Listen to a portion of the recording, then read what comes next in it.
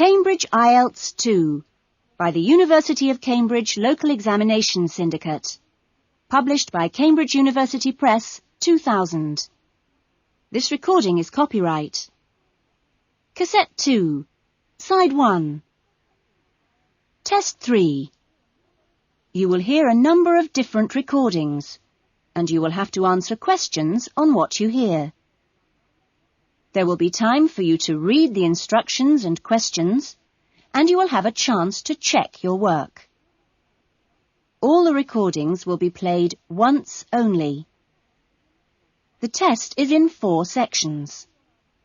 Write all your answers in the listening question booklet. At the end of the test, you will be given 10 minutes to transfer your answers to an answer sheet. Now turn to Section 1.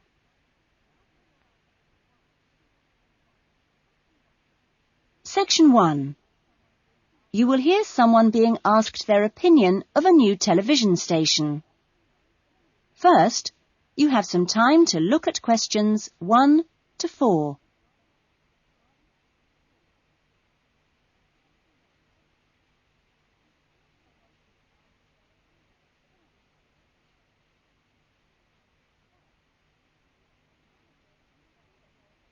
You will see that there is an example that has been done for you.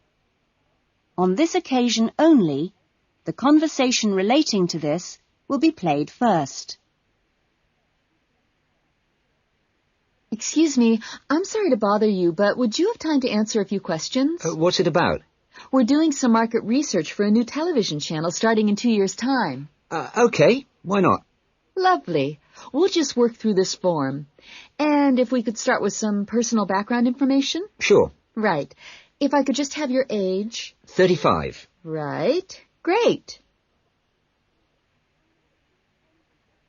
The respondent is 35 years old, so B has been circled. Now we shall begin. You should answer the questions as you listen, because you will not hear the recording a second time. Listen carefully to the conversation and answer questions 1 to 4. Excuse me, I'm sorry to bother you, but would you have time to answer a few questions? What's it about? We're doing some market research for a new television channel starting in 2 years' time. Okay, why not? Lovely. We'll just work through this form. And if we could start with some personal background information? Sure. Right. If I could just have your age? 35. Right. Great. And your job? Systems analyst. But for the form, I don't know whether it would count as professional or business or what. What do you think? Okay, it's more like business. Fine. And would you mind my asking about your salary, or we can leave it blank? No, I don't mind. It's 40,000 a year. Oh, thank you. Right. About your current watching habits. What would you say is your main reason for watching TV? Well, at work, I tend to read for information and what have you, so I'd say that with TV, it probably just helps me relax and unwind. Fine. And how many hours a day, on average, do you watch TV? Not a lot, really. I should say just over an hour. You now have some time to look at questions 5 to 10.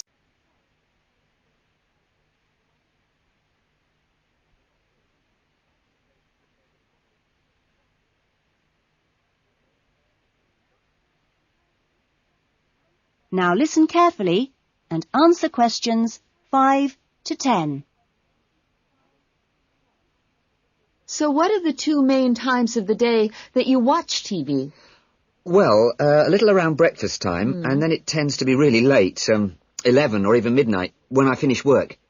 And what sort of programs do you go for? Some news bulletins, but I also really like to put my feet up with some of the old comedy shows. Fine. And turning to the new channel, which type of programs would you like to see more of? Well, I certainly don't think we need any more factual programs, like news and documentaries. I think we need more about things like local information, providing a service for the community. And in the same vein, perhaps more for younger viewers. Good quality stuff. Uh-huh. And if you had to give the new director some specific advice when they set up the channel, what advice would you give them? I think I'd advise them to pay a lot of attention to the quality of the actual broadcast. You know, the sound system. People are very fussy these days about that. And in general, I think they ought to do lots more of these kinds of interview, you know, talking with their potential customers. Oh, I'm glad you think it's valuable. Certainly, yeah. Good. Okay. This will be a commercial channel, of course, but how often do you think it is tolerable to have adverts? Well, out of that list, I'd say every quarter of an hour. I don't think we can complain about that, as long as they don't last for 10 minutes each time. Quite. And would you be willing to attend any of our special promotions for the new channel? Yes, yeah, I'd be very happy to, as long as they're held here in my area. Okay, I'll make a note of that. And finally, may we put you on our mailing list? Well, I'd prefer not, except for the information about the promotion you mentioned. Can I have your name and address? Of course. Here's my card. Oh, lovely. And thank you very much for your time, and we look forward to seeing you. Yes, indeed. Thanks. That is the end of section 1. You will now have half a minute to check your answers.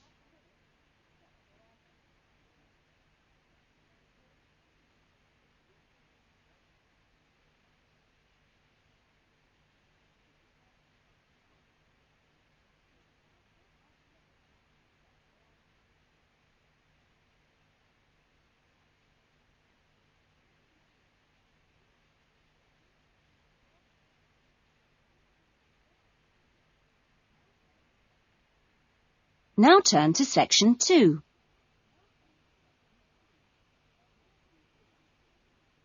Section 2. You will hear a student welfare officer talking to a small group of students just before the beginning of term. First, you have some time to look at questions 11 to 16.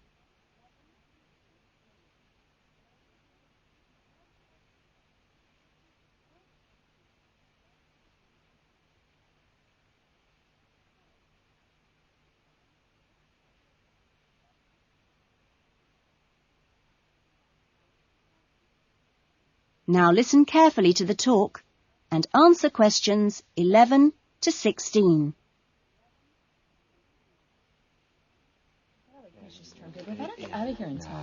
Okay. Well, good morning, everybody. My name's Elizabeth Reed, and I'm your Assistant Welfare Officer. What I'd like to do now is tell you a little more about some of the social facilities available on the campus, and also to tell you something about what the town has to offer. As you probably know already, the Student Union Building is the main centre of social life here, as indeed it is in most British universities. The Union runs a weekly programme of events for all tastes. Oh, everything from discos to talks by guest speakers. Many of these events are fundraising activities for charities, which the Union takes very seriously. They manage the Students' Union paper shop, selling magazines and newspapers, as well as stationery, sweets and so on. Let me see. There's the ticket shop, where you can get some very good deals on, well, for example, coaches to London, or inexpensive charter flights. As cheap as you'll get anywhere, people say. Or tickets for big pop groups playing here or at other venues all over the country, or plays in London. Oh, and we mustn't forget the Union cafeteria and the big new diner. Yes, did you have a question? Yeah, does the Union also provide help with any problems? I mean, advice on financial problems, for example, or does the university provide that? Yes, the Union run their own advice service, offering help with financial matters, such as grants. I'm sure you realise anything medical should be discussed with the University Medical Service, which also has an excellent counselling centre. I think that was made clear yesterday. However, the Union has its own officer who can give advice on legal problems. You now have some time to look at questions 17.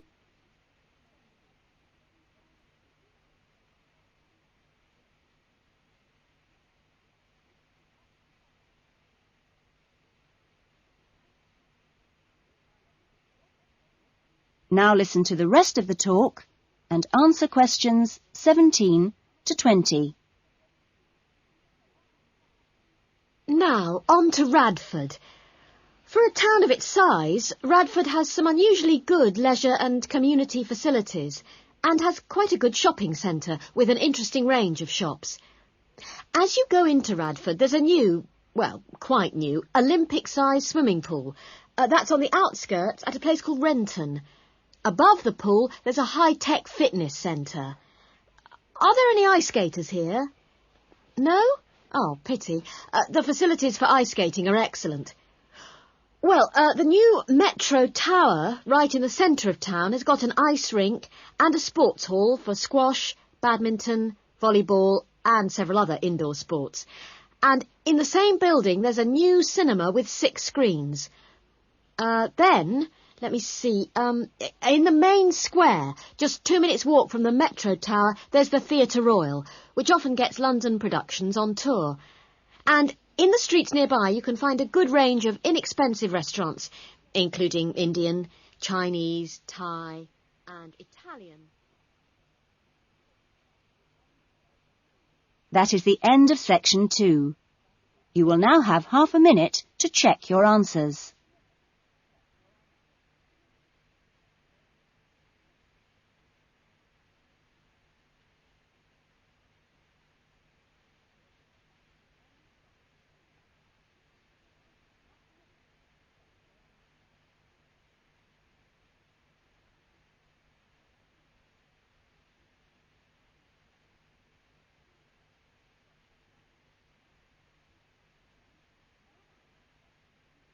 Now turn to section 3.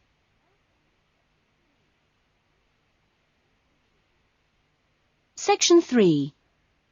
You will hear a tutor, Dr. Simon, talking to some of his students about writing a dissertation. First, you have some time to look at questions 21 to 26.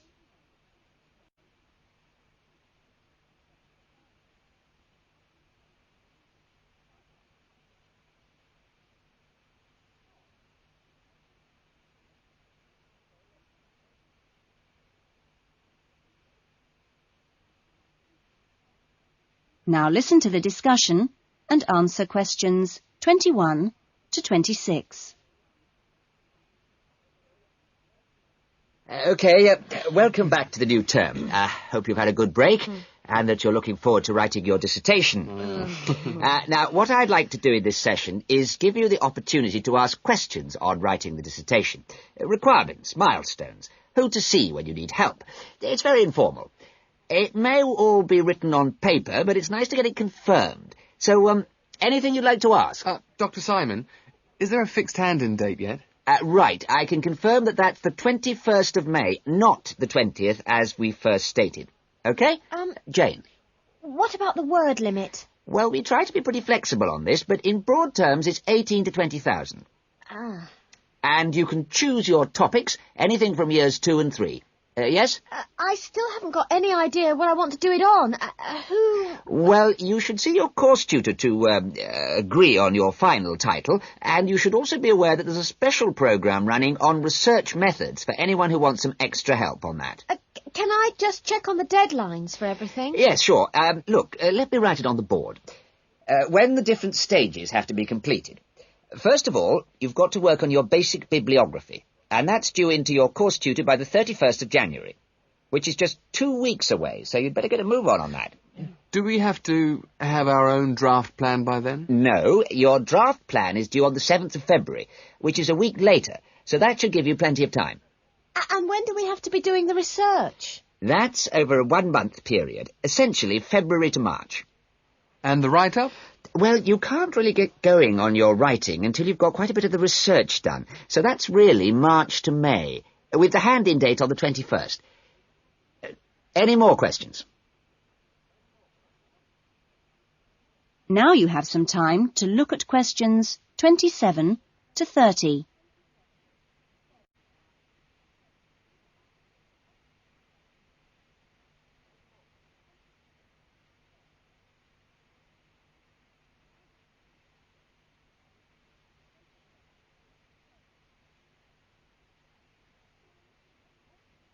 Now listen to the rest of the discussion and answer questions 27 to 30.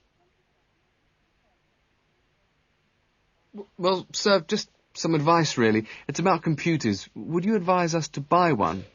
What can I say, Andy? I know it's a massive expense, but I really feel it would be of great benefit. You can always look in the student union adverts for second-hand ones. Yes? I've been looking at some of last year's dissertations. Oh, is that a good idea, sir? I heard... Well, I don't think you should read them in detail too early, or you might end up taking more of their ideas than you realise.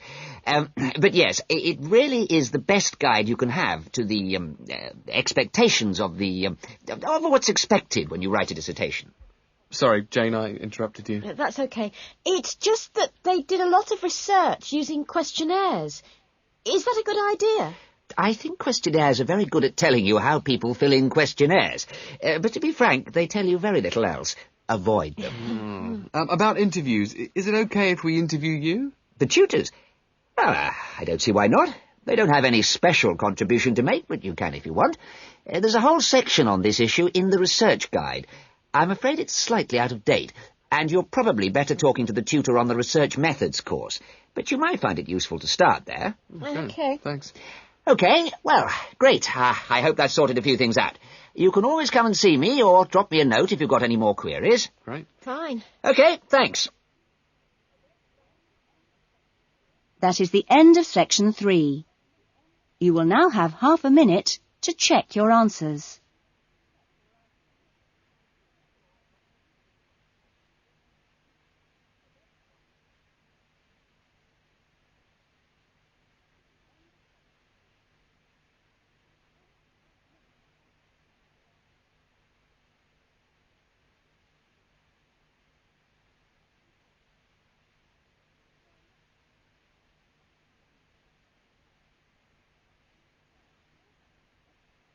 Now turn to section 4. Section 4. You will hear a lecture about the lack of rainfall in Australia. First, you have some time to look at questions 31 to 40.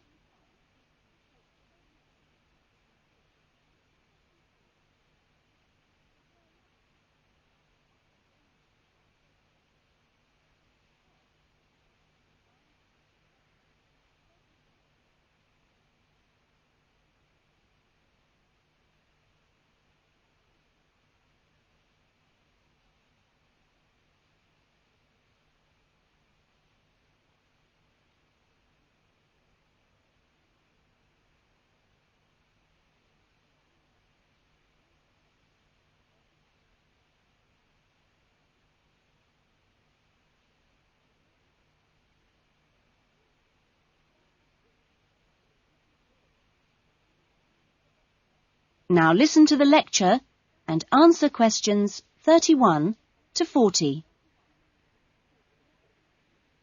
Good morning. This morning, we are continuing our look at Australia and its natural problems. Actually, dryness, or aridity, as it is generally called by geographers, is probably the most challenging of Australia's natural problems.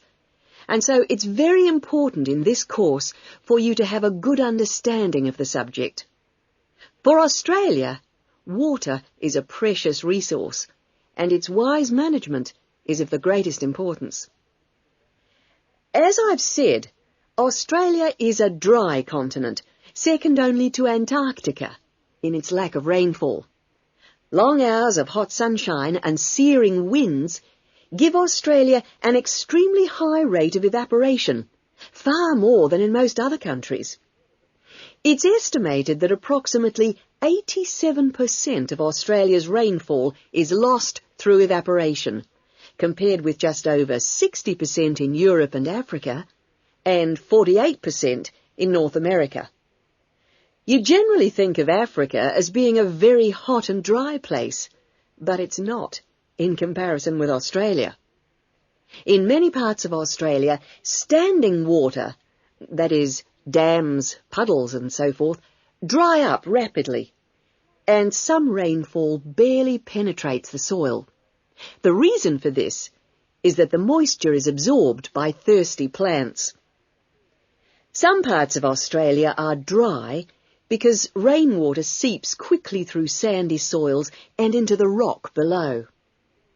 In parts of Australia, this water, which seeps through the sandy soil, collects underground to form underground lakes.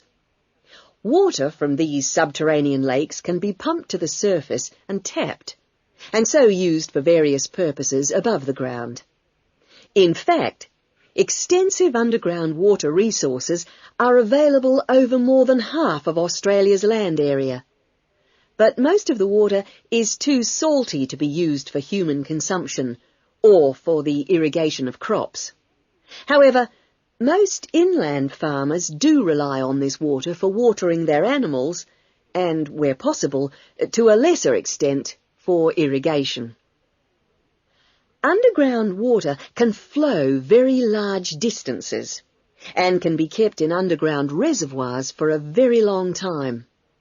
Water from these underground reservoirs bubbles to the surface as springs in some parts of the country, and these rare sources of permanent water were vital to early explorers of inland Australia and to other pioneers last century who used the springs for survival.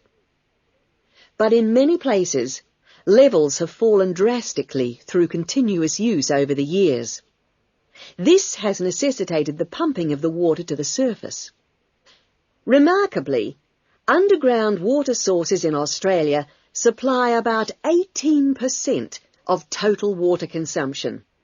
So you can see it's quite an important source of water in this dry land. So, most of the consumption of water in Australia comes from water which is kept above ground. More than 300 dams regulate river flows around the country. The dams store water for a variety of functions. The rural irrigation of crops, without which many productive areas of the country would not be able to be farmed. The regulation of flooding, a serious problem which will be dealt with later in the course. And last but not least, the harnessing of the force of gravity for the generation of electricity. That is all we have time for this morning, but you'll be able to do further study on this important area in the library. I have a handout here with references on the subject, so if you're interested, please come up to the desk and take a copy. Next week's lecture is a case study of an outback farm, and it'll be going into detail about some of the problems we've discussed here. That is the end of section 4. You will now have half a minute to check your answers.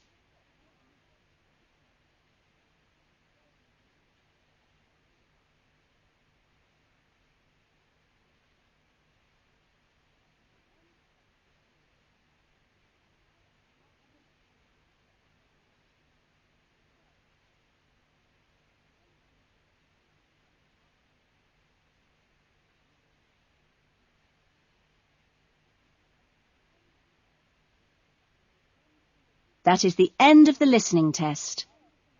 In the IELTS test, you would now have 10 minutes to transfer your answers to the listening answer sheet. That is the end